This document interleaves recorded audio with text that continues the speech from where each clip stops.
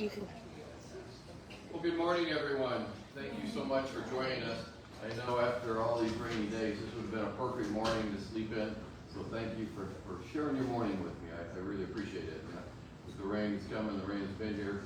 It's tempting to try to sneak something into the mud today. Although I have pretty good luck sometimes mudding things in. But we're going to talk about a range of subjects today. But I want to make sure every audience, we cover what you want to cover.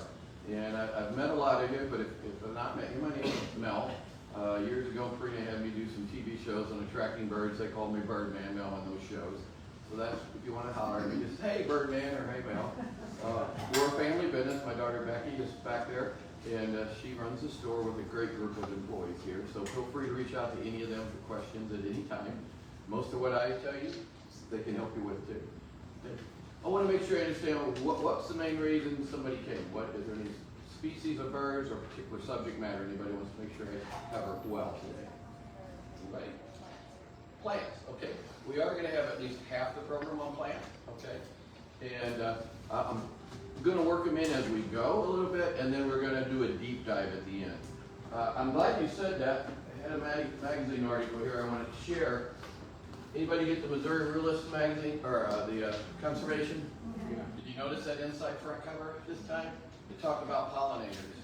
And any plants that we talk about for bees or butterflies, which I'll put a particular interest into, are also great for pollinators. But we'll talk about some like the buttonbush is an incredible pollinator plant, as are the asters in the fall that we talk about, the New England and the smooth asters. So, but I was really happy in here. What's the number one thing they say we can do? Plant natives.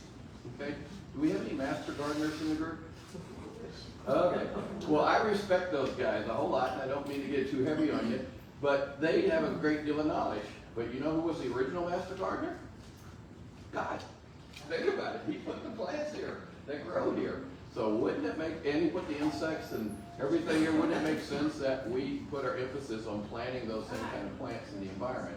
Not that we can't supplement it with some natives and perennials and annuals that are cultivars that a lot of marvelous companies recommend. But we do want to be careful which one of those, because things like the Bradford Prayer, when we built our first house, everybody thought that was the greatest thing. And now you look around, we all know what that's doing. I'm going to post a picture tomorrow of this pal that before we eliminate it of honeysuckle. We, the invasive that we've cut out of my woods as I try to naturalize it.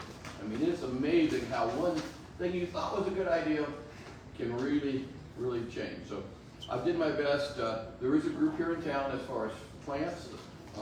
Anybody belong to Wildlands? Do you know that organization? It's an organization in town that I had for years gotten a national publication, and I'm going to go to my first meeting, either May 16th. They have a lunch and learn, if you go to wildlands.org. And then they also have down the road here, they have several gardens around town that are all native. And I think it was May 9th is the day that they're going to do a work day there. So I'm going to try to make both of those. But I'm not positive on that second date. I will post it and send an email out after this. And you'll hear me ask my staff, or I'll grab my notebook. There'll be things come up.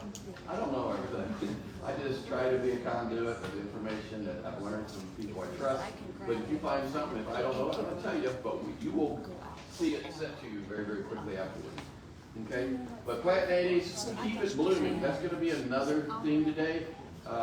Don't want to make you start looking through the packets, but when you leave who were the ladies that were out on a couple of you were out on the lot. Did you find that sheet useful? Yes.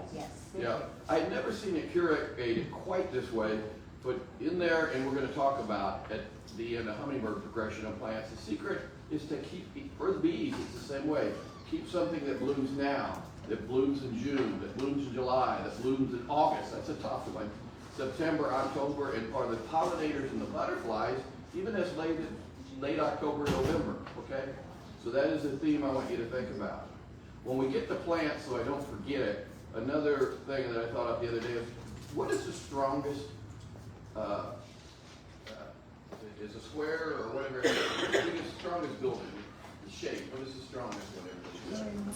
A triangle, okay? I want you to think about that and remember those triangles. You can have the strongest butterfly garden or the strongest hummingbird in particular garden, Why don't just do one here, one there, one here, one there. Make a triangle of plants, okay? Or make a big circle. It doesn't have to be a triangle, but 3 is something that I want to emphasize. I almost always do my plantings in 3. It makes sure that you have a significant enough growth. I'm an impatient gardener, I have to say. You want to still space them 6, 12 inches, whatever the spacing is. And all of our plants are from certified Grow Native nurseries. They're here throughout the area, but there's an organization called Grow Native that makes sure, you know, that we're not slipping in some cultivar like the next Bradford pear or something, or a milkweed that really isn't a milkweed, you know, those sort of things. But think about that thing is when you can, do that, particularly for hummingbirds. We're going to jump to there first, but because I'm holding the thing, this is the number one thing you can do to get hummingbirds.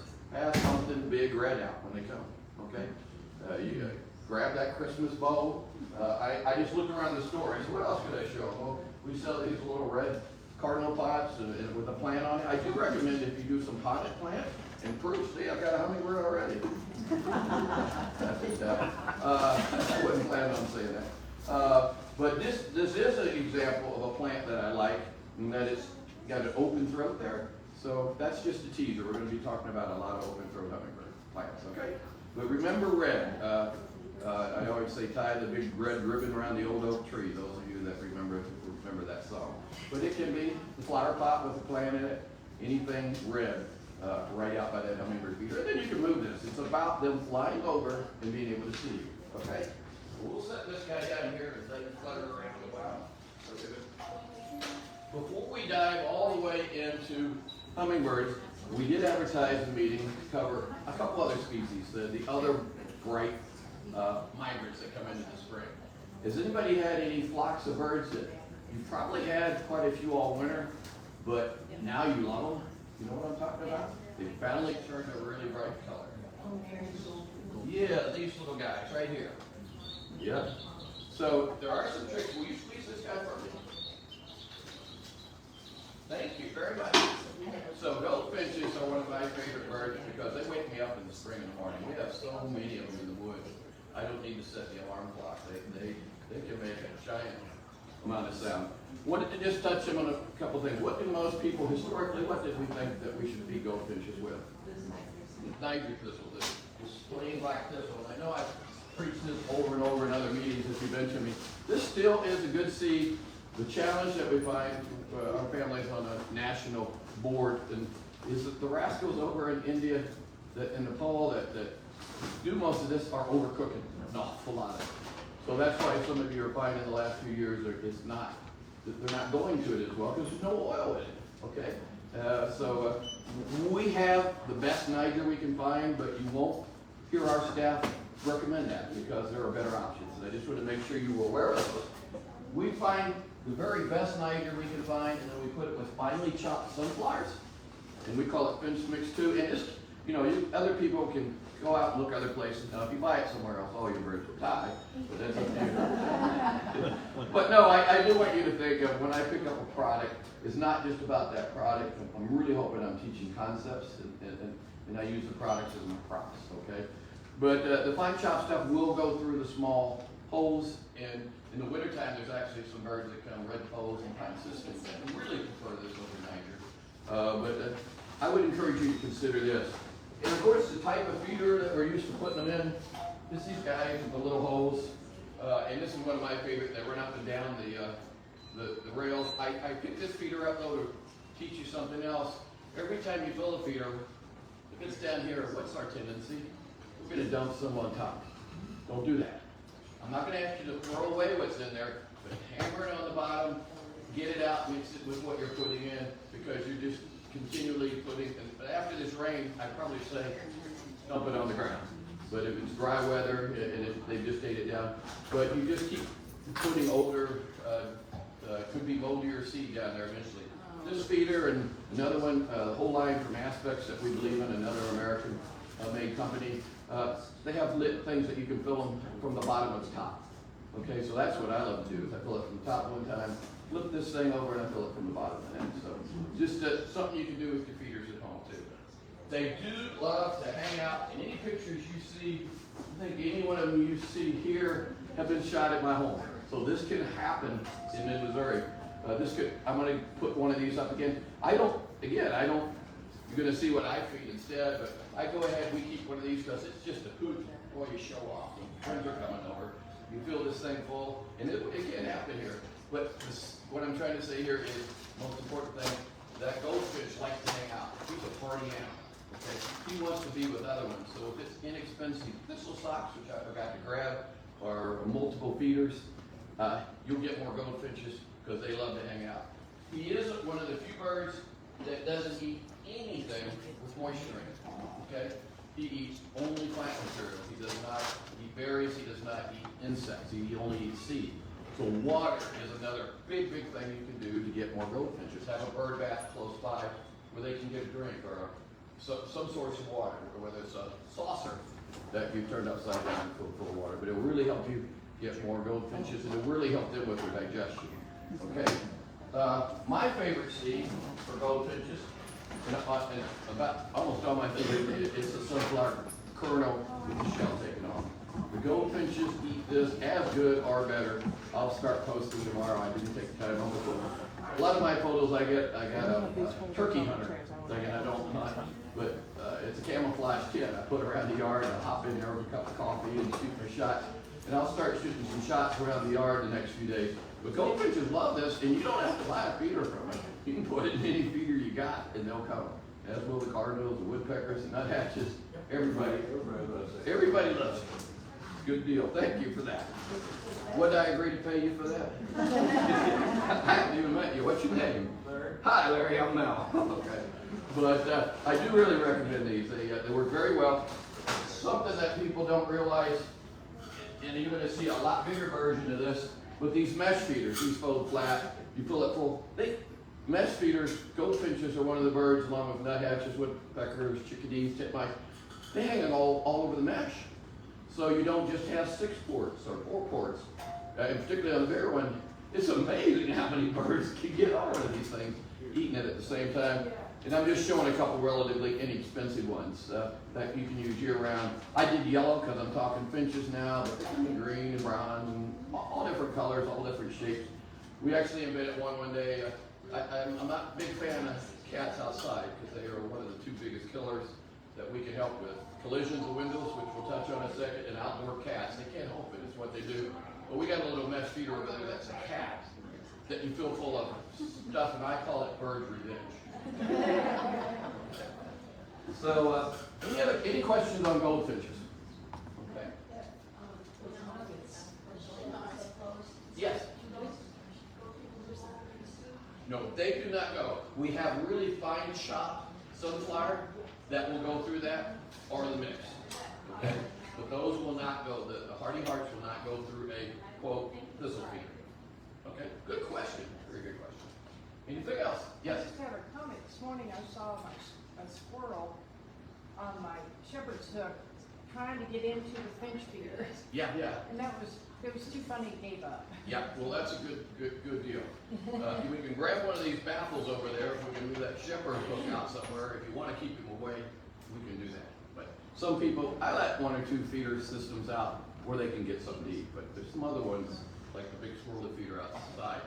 That's why they're there. I want to call my small, particularly where I feed hearts.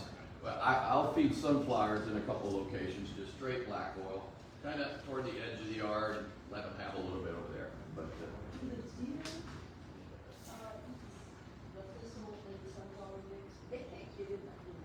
they can't get into little feeders. They might try to shake it, but it won't come out. So you shouldn't, and on a thistle feeder, you shouldn't have any trouble with that in there because they just can't get it out of there and it doesn't tend to shake out. They will try to shake some hearts out of the other thing, but the mesh feeders, they get some out, but it's not like, I use a lot of platform feeders this time of year on my deck because if you want to get the migrating birds, I really believe that I should have brought one up here, the flat platform feeders. There's a red one back there. They feel safe on it. They can look around, they can see, you know, the deer will make that thing swing if I put it out in the yard where they can get to it. Okay, I want to make sure I just do pros and cons. One other bird I wanted to mention, or there's 2 others. Red-breasted grosbeaks. Do anybody know those? I should have brought a picture. Has anybody seen any yet? I have not this year. any day now we should see them if you're fortunate enough to be near the woods. They do like woody habitats. Did you see one? I saw two. A pair were at our feeder at my house. Okay, very good.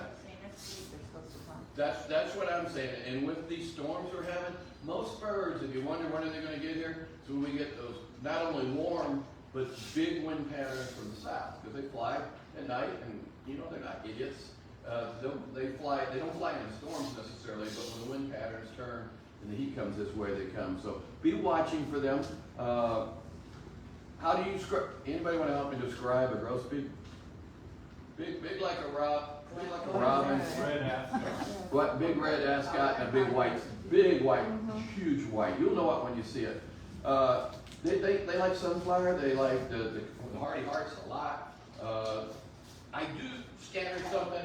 He doesn't eat a lot of that, but there's another guy. What else? There's another little bird that's really fluorescent that should be coming along with the buntings. They almost always come with you. Or with the grosbeaks. It's the indigo bunting. It's a little purple fluorescent. And everything that we talk about with finches, I'll see them, particularly like a crowd. I see them on this thing once in a while with the other guys. But to be contrary, the other thing I find, and I do not like millet in most seed mixes because it gets kicked out of the ground. The birds that eat this eat on the ground. So the only reason we have any millet in any of our mixes, and there's only one or two that have a little bit, is so it kicks down for the native sparrows. And particularly in the winter, I recommend this for juncos. I actually keep some trays out. That's one of my wife's favorite birds. So we keep a couple ground trays with this. But I do find I scatter a little bit of this at the edge of the yard because the bunting, indigo bunting and the grosbeak, they can be a little bashful at first. So particularly for the bunting, I throw just a little bit of this on the ground, and I find they readily go after it. Now I would have called you a fibber. But I do see my cardinals eat this late in the evening and stuff. It's not on any charts that they are supposed to eat it, but don't be surprised. And of course, there are some beautiful song sparrows that we like that are native sparrows. You guys have been to any of my meetings know I'm very vicious against the non-natives of the birds as well as the plants, English sparrows, but several native sparrows really like this too. So keep this in mind. We just wanted to hit those seed-eating birds before we go on to the main topics. Any questions on any of those? Okay. Thank you. So who is the other bright colored bird? A couple people have said they've seen them that would be coming any moment now if you haven't already seen them. Orioles. Okay, that'd be this guy here. Okay? And that's the sound you're going to hear. Anybody seen any Orioles yet? Okay? Where do you live? Ashland. Okay, very good. We've not had a lot of reports yet, but I think this week it's going to explode. Okay, and the color, I brought this along. Orange is the deal for Orioles. You don't have to buy these to put over a feeder, but I do it to emphasize the orange thing. If you never attracted them, sometimes I've helped some friends with this. It helps. But the number one thing is take oranges, slice them in half, and somehow present them to the birds. Okay. My first house we lived in. We had these fences down each side that had the points on them. I sliced them and put them in as like a runway to land here. And we had lots of Orioles due to that. Oranges are one of the best things to feed. Again, you can feed them anyway. We got all kinds of different ways that our craftsmen build. This one holds 2 halves and you can hang it anywhere. This is my favorite feeder combination right here. Either this one or the one right behind me. You put this over there, or you just hang this, you put oranges in it, and then what am I going to put down here? Grape jelly. Grape jelly, or my favorite is birdberry jelly, of course. It's grape and blackberry mixed together. I forgot to grab one. Beck, would you grab one and pass it around? I want her to pass it around not so much to sell it, as I want you to look at the ingredients, okay? Not everybody's going to want to buy our jelly, and somebody's going to make it, but the key is make jellies that are blackberries, that's proven, grapes, sugar, and juices. That's where we want to stop. So many jellies are full of corn syrup. And I'm a farmer, and we grow corn at home. And so many jellies are full of preservatives and colors. And there is getting to be data on particularly the corn syrup in those, where if they eat too much, we mess up their legs. Okay? So we want to help the birds. We don't want to hurt them. So just go natural, go native on the jelly, just like we do everything else is my goal there. That's the reason. Now, the main reason we came up with that is nobody knew birds ate blackberry jelly. Told this story before. My mom made more than we could do. So I started feeding some in the backyard 15 years ago. That worked great until what? Until Mom came to visit. And we came to an agreement that I was not to feed her blackberry jelly to the bird. Okay. So when we went out to, and then I, and we still feed some good grape jelly on occasion. She does, because she doesn't live by us. But we feed the kind that I just told you about. And we found that mixing those two, I hate to say it, it's almost like drugs for birds. Once they start eating that stuff, they just stay. And that is one of the keys across the jelly world, but particularly with that one. If you want to hold some Oreos, start with the oranges, use the jelly, and then the other thing that goes on in this feeder is for a while they'll also drink nectar from it. So this one has a place we put the orange here on these spikes, and then you drink nectar from here, but out here on the edge are things to hold jelly. I use this feeder to show whatever you use to put the jelly out, don't let it be, I see a lot of feeders with these little bitty cups. Okay, this big old bird's been flying along. He is hungry when he lands at your place. If you just have a little bit of jelly, he'll say, that was a nice little quick store type of bite, but I'm gonna go find me another restaurant that really has a lot for me. So, and that's what I like about this old boy. We got room for 4 oranges and a whole bunch of jelly in there. Same way around the edges here, lots of jelly. So keep that in mind no matter what type of feeder you get. Make sure it's big and make sure you keep it full. It will shock you how much they eat when they first land, okay? Yes? It doesn't matter if it has the blackberry seeds in it? No, it doesn't matter at all. Nope. Will they eat out of a hummingbird feeder too? They will try to eat out of a hummingbird feeder too. They don't have, in your next Songbird Station news, Orioles are on the, just went to the printer. It's on the 2nd or 3rd page. We talk about oral physiology. They actually can work their beak into there, and then they make a straw out of their beak and suck some out of the hummingbird feeder. They try hard to do that. If you have these out, they'll tend not to bump your hummingbird feeders. But they're not, I don't get all mad when I see them at the hummingbird feeder. I just say, oops, I should have an Oriole feeder of some sort right around here. Okay? Yes? Where's the best place to hang those? Because I put them on my deck and then I got a lot of ants. Yep. Great question, and I'm going to address that in 2 parts. I'm going to do the ants first. This one and several hummingbird feeders have an ant mound, and you can put water in here. Works okay, except little chickadees tend to say, oh, that's so nice. No, you put me my own little drinking fountain here, and before you know it, it's out of water. So for that reason, several years ago, we came up with something we call the nectar protector. They're ant mounts. You just fill them full of water. You can hang them above your fruit feeders, your Oriole feeders. They come with a little S-hook. The folks at the shelter workshop tape them together for us. And all our plastic products are made in the, USA here, and most of them in Missouri. But you fill these and hang them above it. I worked years ago with some scout troops where we used tuna cans and put a hook in it. But for the money you put into 2 hooks and what you got to put around it, nectar protectors are pretty cheap. So I'll be a little commercial on that. Real important though is your first part of that question, where to put it. I'm a big deck feeder guy, but I've never put an Oriole feeder on my deck yet because they're a little more bashful. Okay, I start these guys out at the edge of my yard.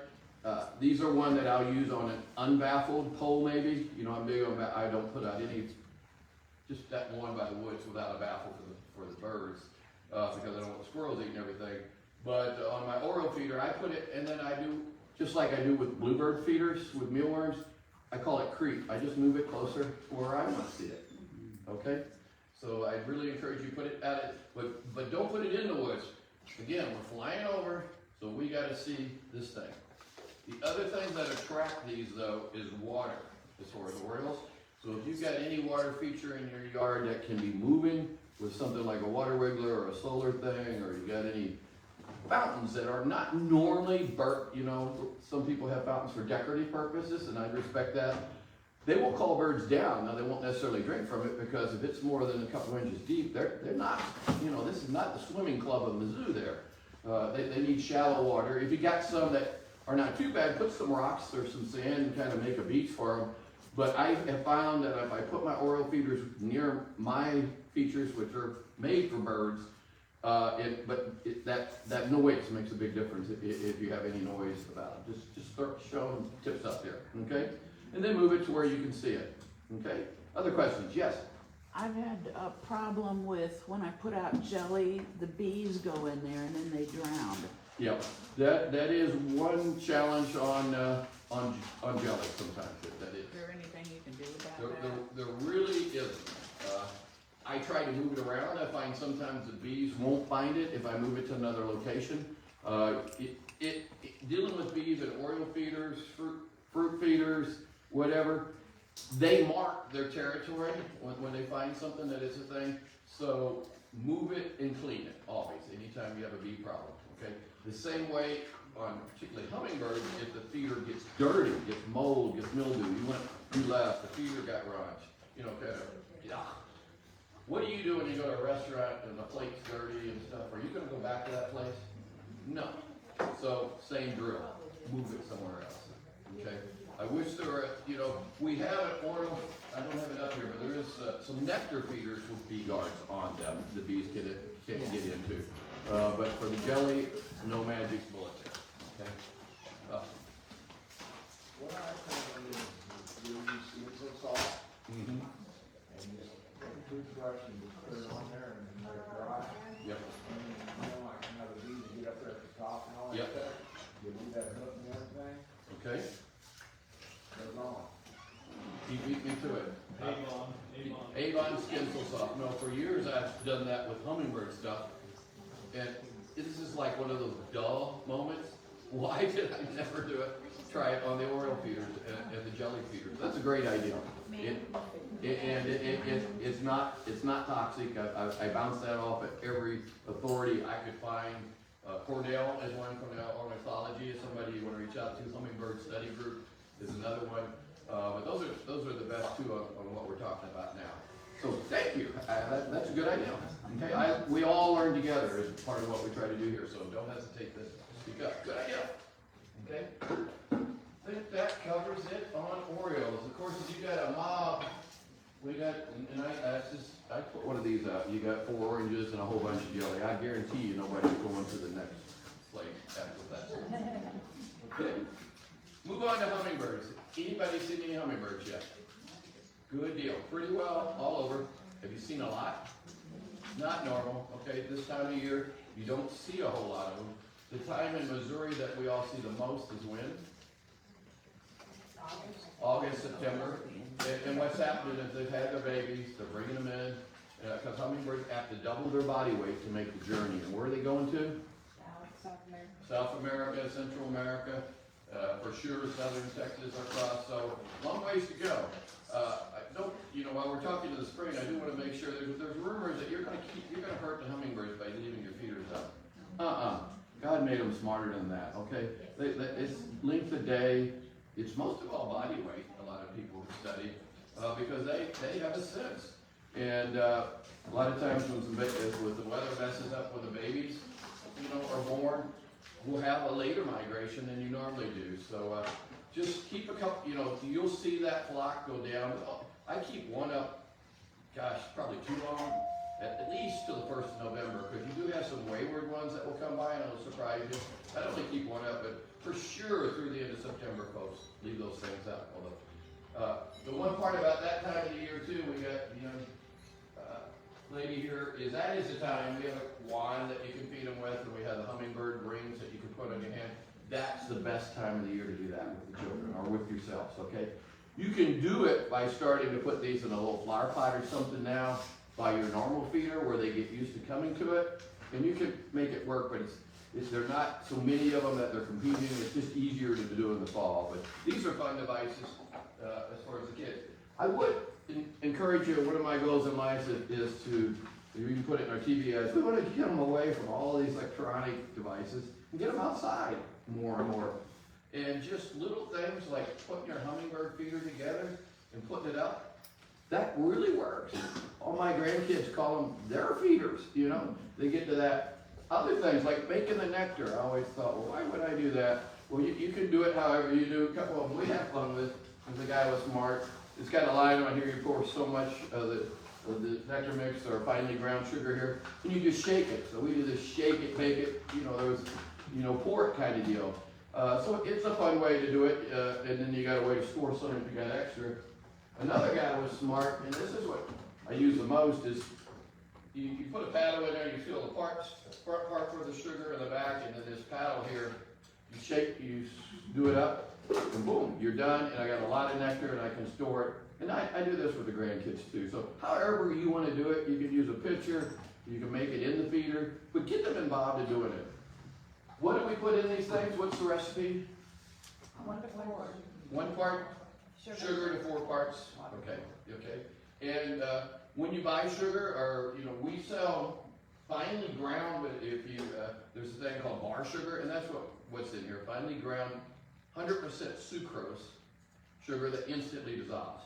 So, people say you have to boil this. No, you don't. Do not use beet sugar. There's a lot of beet sugar out on the market. So make sure you just get, and if you don't buy the fast dissolving, do that. And a lot of people recommend boiling that to help dissolve it better and make sure nothing's in there. But you don't have to do that with this. Okay? So end of commercial. But 1 to 4, how much do we put in the feeders right now? Do we fill them up? No, please don't, because you're going to waste it. Just put a little bit in there. Because keeping it fresh is critical. In there, I believe we have in those packets at the chart. If we don't, we have them for you on, based on temperature, how often you should change it. And this was stuff that we got from the Hummingbird Society as far as the best rotation. And they're ephemeral zone. I mean, if we have a week of gazillion way up there temperatures every 2 or 3 days, if you're not careful. Look for white cloudiness. That's when your keys and time to clean it. But make sure you clean the whole thing. Okay. We got some kits that this will do and however you want to do them. You don't have to buy our kits, but you want to do something down in the base of these feeders, and then something too. This is, a lot of you know, is my favorite feeder, a guy down in Kentucky invented. It's called the Dr. JB's. Why do I like this thing? It's good, sturdy glass. I've got them from the day he came out with them. Okay, it's easy to clean. Look how round that mouth is. So wherever you buy a hummingbird feeder, the same deal. You buy them somewhere else, they're going to die. That's fine. Make sure how easy are they to take apart and clean. Okay, that's a big deal. Now you're going to look at that and say, well, yeah, look at that. Look at that thing in the bottom. What's he talking about? Well, Jay was a brilliant doctor. He was actually a cardiologist, and he used CAT scans to develop this thing. Remember the bee question? Okay, he's got this thing to where one, if it swings with those baffles in the bottom, when it swings in the wind, it doesn't spill. Okay, but most of all, then it doesn't have the nectar to the port. Okay, so that just really reduces the bee problem. I'll never say never on any feeder, because God makes all these creatures different. They have different degrees of hunger in their life, but these are extremely bee resistant. The other thing I don't want you to do, and I have to watch myself sometimes, we fill this feeder and we fill it half full. What's the tendency? Kind of want to go, make sure, it's to the port. Worst thing you can do, because you just put the nectar smell there and taste where the bee can get it. His ability to reach in is not very far. Okay? Where hummingbirds is great big. These are some of my favorite kids' feeders, and I'll grab where's the window line? This guy here is perfect. I put these up on purpose, one, when people come to my house, so that we show off on how many hummingbirds we got right up the window. But also, the tongue will go way back in here, folks. It almost gets to the bottom of that. Okay, so that's how they can go into that feeder with all those baffles in it that keeps the nectar away from the top. Does that make sense? And there are other flat top feeders in here from Aspects that do the same thing.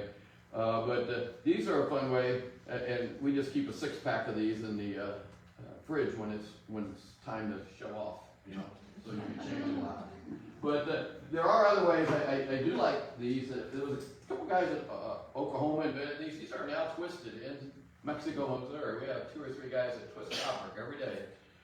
Is that we made them for plant hooks. So you got a hummingbird feeder above a basket. Okay, and then they got even fancier. And I should have had some of this. There's this with these leaves on it. I forgot to have stock here. But these, there's prettier versions, longer versions. And then the other thing I always do, and this is my trick I said hand feeding.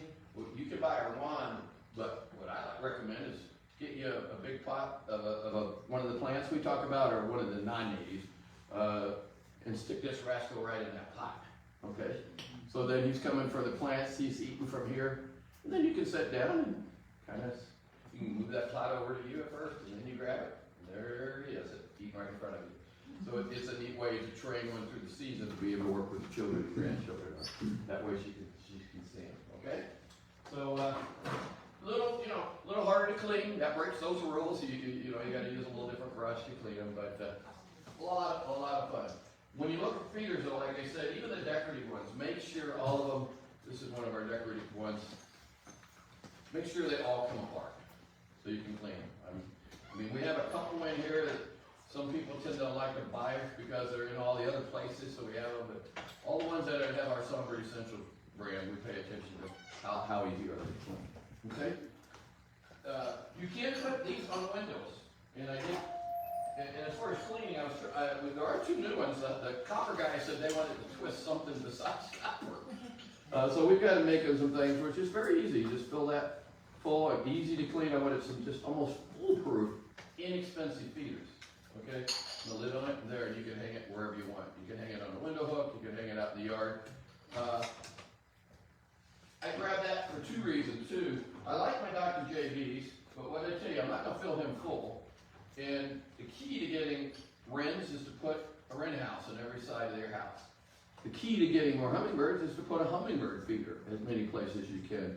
So rather than buying, multiple big feeders, I downsell a lot of people. Get some smaller ones that are easy to fill and clean and spread them around the yard. Okay. And I tend to put them where we set. We have a water feature that we like to set and have a beverage in the afternoon, and I put one out there. We have another spot out back we like. I put one out there. So put them where you enjoy them, but spread them around. But you'll multiply their effect if we use some of the plants we talk about that you can buy non-native, but the nurseries are natives. That it's a win-win thing. Okay. Questions on feeders? Okay. So we talked about. You nailed I was going to go to bees, but you nailed the bee thing. Dave on skin so soft. Yes. How long do you put feed out for the foliage? Well, it depends where you live. It's been a long time ago that I participated and saw a study with Audubon. Here in Boone County, there are orioles that stay. Okay, where do they stay? Well, in that study, the places that had the most were along the rivers and up around Clark and a couple other places. And the common denominator was two things. Anybody know? Horses. Water, moving water, but particularly moving water with cottonwoods and some trees that have the stringy material. They have a long pendulum nest, okay? And Grant, my son, writes about how long it takes an oriole to build that thing in the next newsletter. Those, and horsehair, they weave horsehair into their nest too. So those two things, it seems, is one thing, and that's been true around the country as I do some talks on radio with folks that they find the same sort of thing. So we do find that the jelly is another way that keeps them. If you have jelly out, your odds of keeping them are bigger. But unless you have some wooded area or something that has some of those plants, it will be a short term, and I'll finally get to your answer. Most of the time, I used to always say May 1 to June 15th. Now we're going through this global warming thing. I thought we would see them by now. I actually put in the other newsletter, have both of them out by June 5th, or tax day. I've always said tax day for hummingbird. I forgot to say that. If you want something to remind you, pay the government their dues and put up your hummingbird feeders every April 15th. You may be early some years, quite a few years, but the way it's going, you'll be okay. And I always said May Day to start and June 1st, 15th to end on the Orioles. Okay, if you haven't seen them. But if you're not seeing them, second, third, fourth week of May, it's up to you, but sometimes I would give up. Okay, because the migration has probably already happened. Just depends on our new birds coming and going from your yards, not just these, but warblers. We didn't talk about tanagers. There's a bright red bird if you live next to some woods. There's a scarlet tanager. They respond to fruit and jelly also. Okay, and then there's warblers that will eat it on occasion and different things. But good question. Any other questions about hummingbirds in general and orioles before we hop in on plants? Yes. Can hummingbird feeders be close to other feeders? They can be. I usually don't do it. Just I don't know why. But on occasion I've seen people put like on our. If you had one of our squirrel feeders things, and that's the only hooks you have in your yard, yeah, I would put one out of one of those. But when I can, I go ahead and separate them. Okay, it's just for the ease of separating it, and I think the other birds, just the presence sometimes will bother them.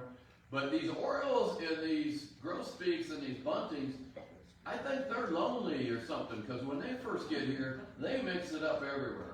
I mean, keep your eyes open. I mean, it amazes me that where some of them, you know, the orioles will go set on the squirrel feeder platform.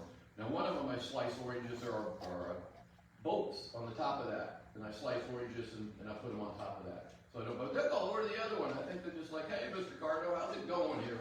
What do you think? Should I hang out here? I don't know. I think so, but they tend to travel in groups. So get ready. The next 2 weeks should be some of our best bird views, don't you think? Okay. Plants. I'm going to start with hummingbirds. And inside of your folders, there is a sheet that is the progression of blooming. Okay? I really find that sheet useful. So what plants am I going to pull out of here?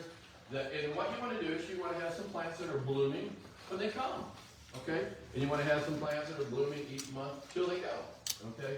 Now those don't have to be from this basket.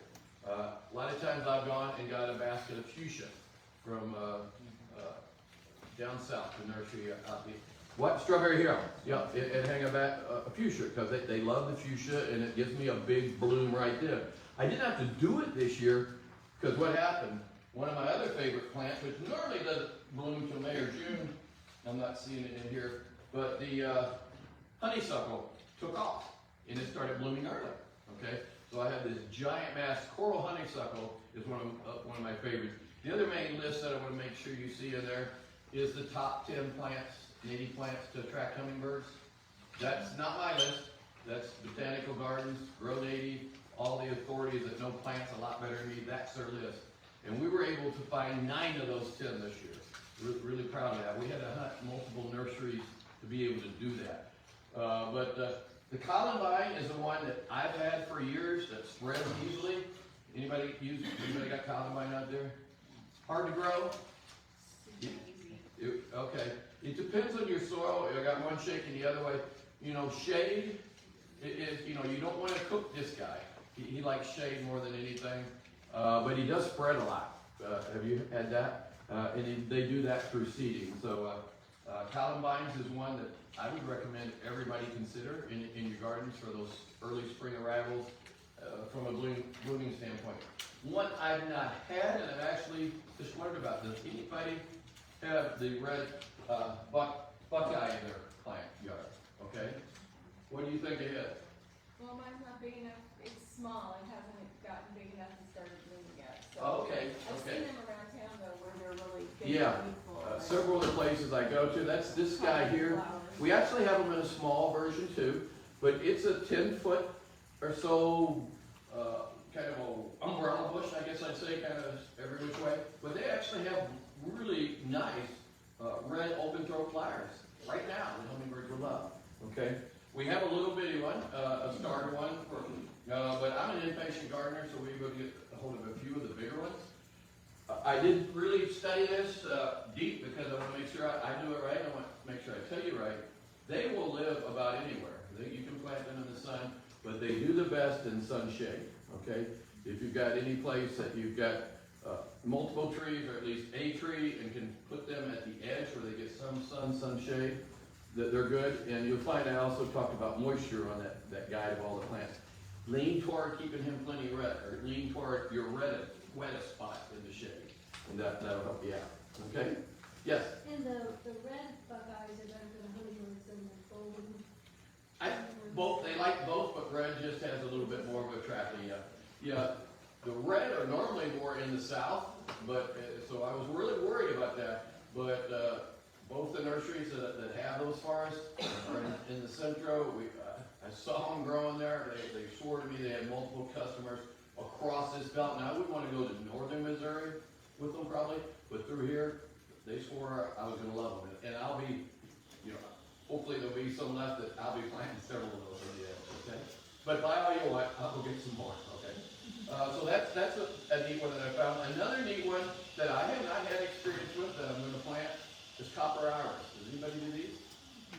Okay, you like them? Yeah, they kind of come and go, Okay, so you don't always, it's not always where you want it, when you want it, okay. but yeah, they're gorgeous. Yeah, and you know, the bloom isn't gigantic, at least as for on this one, but they are on that top 10 recommended list of plants that all the people that know more than me put as far as you're gonna have it. So what am I gonna do? I'm gonna put a triangle of copper iris in a shady spot, and again, a little bit on the moist side, and hopefully they come more often than they don't, okay? We're gonna have to buy a new one, so. Yep, exactly. So that's one of the perfect locations. Is this one you want to lean toward the moist side. They do go across the board, they said, but I think a lot depends on how much moisture they have. Could be one of the keys on how much bloom she's getting. Okay, so that's one I wanted to make sure you were aware of. Any other early bloomers? He's okay. Okay. Thank you for that. Okay. What about now, other question, I have a lot more than I really wanted, me to that golden Alexander Yeah. and Flying Blue Star, Yep. and they come so early. Yes. Are they good, you're probably not good for hunting? They're good butterfly and nectar plants. Okay. Okay, both of those hit that bracket, okay? But those are both excellent ones, and we have Golden Alexander out there. I don't think I have the Blue Star out there, because we had to limit which ones we have. But good comment. But those are two good ones as far as butterflies. Other ones I really like is Sweet William, and it's on their list in the spring. It blooms early. And those are the main ones, although this year the coral honeysuckle does, and I really recommend that plant. Don't make the mistake I did. I bought some from, we had posted a couple years ago a native plant sale here, and I bought 6 of them. The lady looked at me like I was stupid. And I should have listened, I should have looked at that look, because they grow very rapidly. Okay, even those guys who got out there like this, in 2 years, you're going to have a nice size thing. You do want to prune them back every year, or they will, you know, they keep growing, but they take the prunings very well. I got late this year. We were on a trap. I normally do it sometime during the winter. I prune these, and it was still cold February, and man, I've got the best blooms I've ever had on 4 of the 6. 2, they do vary. It's weird. I got 2 in the garden in the sun. They seem to like. They say full sun, but mine, they get a little bit of shade, are the ones that are blooming the best now. But that isn't all bad. I don't mind it, because those other guys will come on after these. So think about that if you buy multiple of anything that can go both ways. Sometimes it's okay to spread it out, because you spread your bloom out, okay? Some of the other ones that I've used over the years is, what's this guy? Can anybody recognize it? This one's leggy. You know, right? If I took him home, I'd be pinching him off down around the tops, okay? But the greenhouse, this must have been this was in a shape, a hoop that had a lot of sun. But this is a bee balm plant, okay, Menarda. And, well, this one's actually the wild, anybody know the right way to say bee? Bergamot. Bergamot, okay. When does this guy bloom? Do you have this guy? Well, they're off and on. Yeah. I've had them in the past. The red one I kind of prefer, but the native one is a purpley lavender. Right. Mine comes kind of late. Well, that's what the bergamot does. Where the one that we have tied, and they're both Menarda, blah, blah, blah, you know, I'm not a scientific name guy. I'm sorry, I'm not going to go there. But there are both Menardas. The one that is marked Menarda bee balm is the one that normally blooms May, June, and then this guy kicks in July, August. So I wanted to make sure you realize. It will work in a big pot, though. Yes, it will. I'm going through withdrawals from the perennial waters are gone. I'm in another area now. Yeah. That I'm going to try to do a big pot. Yeah. So, and I would say that somebody asked me the other day, do I have to plant these in the ground? No. All of these can go at least short term in a big pot. You know, the challenge about that is in the winter, you're going to have ways to deal with it. So, but I've got several folks that, you know, if they're plants particularly that are blooming, put them by your feeders now and then move them in the spot that you want them to. Okay? So this is a good one. What do we got here? And then this is the normal bee balm, or this one, the other name for it is bee balm horseman, is another variation of the native. So there's actually 3 different kinds of bee balms out there, and it's about keeping it going through the whole season. And then this guy is the coral honeysuckle. And then wet gardens, there's another one on that list that I really recommend if you've got a wet spot for it. I've got it in my hand right now. Cardinal flower, yeah. Again, it can be a little fickle at times, but once you get them going, a really, really good hummingbird plant. But keep them in wet areas, yes. Of those plants, Mel, there are many of them that are not deer resistant and rabbit resistant, because Sweet Williams, No, Sweet William is not, that's correct. I looked at. cardinal flower too. What? Cardinal flowers will be eaten. Yes, yep. When we did them with the nursery, deer resistant was on the list, and you can check the back of the tags, which ones are and which ones aren't. About 80% of them out there are decently resistant that I got, but you're right. But having said that, with deer, it can say deer proof, and it'll prove you wrong, okay? You just gotta pick and choose there, okay? And some of them, like the buckeye, I am going to put a little bit of screen wire over there, because they will nibble on it too. So any of these, if you got a real bad deer problem, you still want to do a few things. I use some of the Shake Away Predator Guard, the drag coyote unit around it for a while. But each place is different, okay? Anybody else got a favorite plant? I can't remember. Oh, I wanted to make sure I mentioned the blazing stars. We have 2 different ones. The rough, and this is the rough one, and then there's an eastern blazing star out there. They're the last part of the sequence. They're the guys that bloom in August and September, along with trumpet vine, which right now we're out of. We hope to have some trumpet vine later on. The trumpet vine is a different beast. Anybody got trumpet vine? Just come to my yard, you can have as much as you want. Yeah, exactly. That's the thing about trumpet vine. Once you get it going, it gets to be a booger. You gotta almost go after it with an axe. Is that fair? It spreads easily everywhere, you know. But do the hummingbirds like it? Yeah. Yeah, they really like it. It is on the top 10 plants, so we stocked it and we recommend it, and I'm gonna plant some along some fences I have away from the house. Because I'm trying to naturalize the whole place we live. Okay? That's about, on hummingbirds, that's the main things. Butterflies, one that slipped by, I got a big one here, we got little small ones. Of all the plants I ever planted that surprised me, it's the button bush. And if you happen to see one of our commercials on TV, I actually took several photos that are on there. I get gazillions of butterflies coming to this guy. The bees are always on it, and they just get little round balls that, when I first saw it the first year, I said, they rocked me. There's no flower here. But it's full of nectar, and they love it. So keep button balls in mind. And again, we have them different sizes, and they do grow fast. You don't have to buy a big one of those, the little guys we got. And you will want to prune it aggressively. And they survive aggressive pruning. I put them on a little path, and they were starting to go over the path, and you know, I just keep cutting it back, and it just keeps doing its thing. So I really like that. Butterfly milkweed is my favorite, and we don't have a whole lot of them out there, but they're really hard to get. But that's one of my favorite plants for the butterflies. Not just the monarchs; everybody has them. One of my other favorites is New England asters. Does anybody have either one of these 2 plants? You do okay with them? The asters, well, if I keep the deer away from them. Okay. Do the milkweeds, you're saying? Had a hard time having them come back. Yeah, no, you do. I found that a shadier, less than ideal soil, a sunnier, less than ideal soil has been where I did the best with these guys. And trumpet vine's actually the same way. Worst thing you can do to trumpet vine is water it or fertilize it, because all it does is grow leaves and it doesn't grow blossoms. Okay, these guys are a bit the same way. So, and they're a very late emergers. You really gotta not give up on them, and to make sure you work. I was happy to see there's a sheet in there that the St. Louis wild ones has these little metal stakes that you can get that has a picture of the plant that you can put that you planted it there. I would put that on this guy because they're so variable on when they come up, and they don't give. I thought I lost them. One year they weren't there, and then the next year he's back. Okay, so that's where some of those metal stakes are handy sometimes.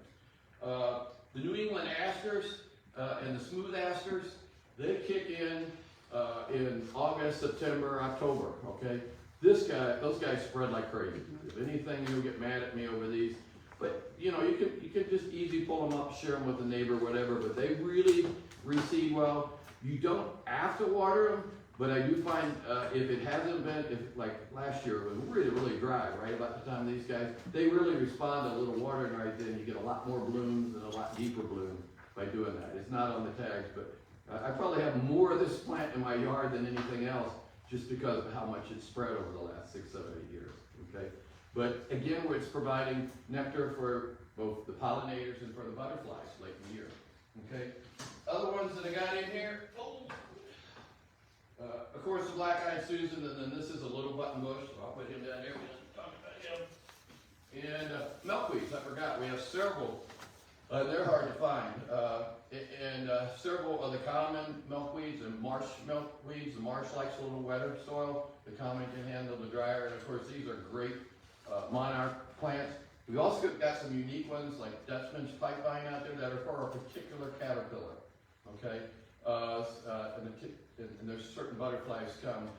I'm not going to have time to go through that list with you, but if you look in the packet, there's a sheet that gives all these different plants, and in there is the larval sources, the ones that are needed for them to have pupa and successfully have a butterfly hatch in your yard. So we do pay attention to that. There are some things, common things like dill that you can use, but be careful what you do with that. I told folks that, and they found like I do. That stuff spreads like crazy. So now I only put dill in a small area where I can contain it, but yet I have that available for the butterflies that utilize that as part of their life cycle. Okay. Any other questions on plants? I just went over them pretty briefly. Coneflowers, I didn't hit like I should have. I had them sitting over here and I forgot to talk about it when we were talking about goldfinches. In general, think tubular plants for hummingbirds, pad plants for butterflies. And that's like on this butterfly feeder that we have. It's intentional that these little wicks are like this. They go down to a little pad type thing. That's what they go to. So that's why the coreopsis is, the coneflowers, the marigolds, a lot of those are good butterfly plants. They are also great, and I had them sitting here, they're great fish plants. So at the end of the season, you can't extend your coreopsis life by deadheading them. We deadhead them and we get more blooms, but I save the heads. And then I spread them in the area where I leave the last ones. One, it helps multiply them, because they do spread by seed, I'm convinced, as well as rhizome. But they are great as far as seed plants. The other thing I put here that I forgot to mention, we're not talking this guy, the bluebirds today, but bittersweet I'm pushing because we found that where bittersweet is around Missouri, if you look, I can up north of the first place I noticed this is Shepherd's butterfly, buffaloes up at Moberly. We always went up there with the kids. There was bittersweet down the road. And I always heard bluebirds when I was there. They eat the berries in the winter when there's nothing else. Okay, so but you do want to buy multiples of these because you get a boy and a girl. Everybody you got said if you get folks to buy 5, that's why you got a discount on 5. Very seldom do we have a problem. Okay, but don't put these all the way around the house. Okay, put these in a general area where you can get some pollination between them. And please don't pick the berries and decorate with them in the fall like my wife always wanted to do before. Can Yes. you put them in the timber, or do they need bright sun? They do not need bright sun. A combination, they like bright sun, but they can do sunshade. Okay, they will grow up on, and they don't have to be on a fence. If there's some lower branchy, bushy type stuff, they'll get in there and fight with that, and then they'll be spread amongst some of the other stuff. Just so it's in an area that you're not going to suddenly say, that looks bad, I think I want to cut that brush, stick it out, okay? But I do recommend buying the 5 and then leaving them for the berries, okay? Really make sure if you don't get these here, and I grabbed the wrong plant, that's not bittersweet, this is it. Make sure they're natives, because the Chinese bittersweet, there's a version of that is horribly invasive. Okay, and I guarantee I probably spent more time making sure this is a native cultivar than anything else. Okay, any other questions? You've been a great audience. I try to stick to the hour when I tell you it's an hour, and we've been right at an hour. I'll be around, here to answer your questions, yes. I have a question about sapphire seed. Sure. They just turn it down. Okay. But I'm not in the setting of lots of trees. I'm trying to coach it into Right. an area. What's with the sapphire seed? Did I let it get wet? Well, when it gets wet, it is not as palatable. You might want to put out just small amounts at first. They prefer the hearts and black oil over safflower seed, okay? But why do we have safflower seed? One, the squirrels don't tend to like it. Exactly. And most of all, later on in the summer, as we get grackle and blackbird problems, they don't tend to like it. But it is, I guess I would say, an acquired taste for them. You might want to mix some safflower in with, if your problem is the birds won't eat it, I would mix some in with some black oil sunflower, and that's what a mini cardinal mixes are, those two combinations, along with some little peanut pieces, because cardinals like those a lot too. But I would try that, but if I got a tray of hardy hearts and a tray of safflower side by side, yeah, they're gonna go to the hearts. But we have many customers that do well with safflower, but I think it's just a learning curve for the birds more than anything. The doves like it. Yep, doves will eat it too, yeah. Any other questions? Yes, ma'am? Now, one thing that I would suggest to attract birds is suet. Okay, I agree with I that. have a suet log, Yep, and everybody eats it, including bluebirds. yep, The juncos eats the drops on yep. the ground, and the summer tanager really likes it. My wife would come and hug you. That is her favorite feeder in the world. Me too. We wrote it. Every day when we have coffee in the morning, like you say, incredible range of birds comes to the suet log. If you haven't did it, I think it's just like they feel like they found the best tree on the face of the earth, okay? Suet feeder, it's a log. Yeah, that has- you wanna grab one back? What's the Not trick to the- filling? not the square. We have You plug- buy the little squares and like that, put it into a- Yeah, we have suet plugs already cut, or you can take a suet and just divide it with your knife and push it in, okay?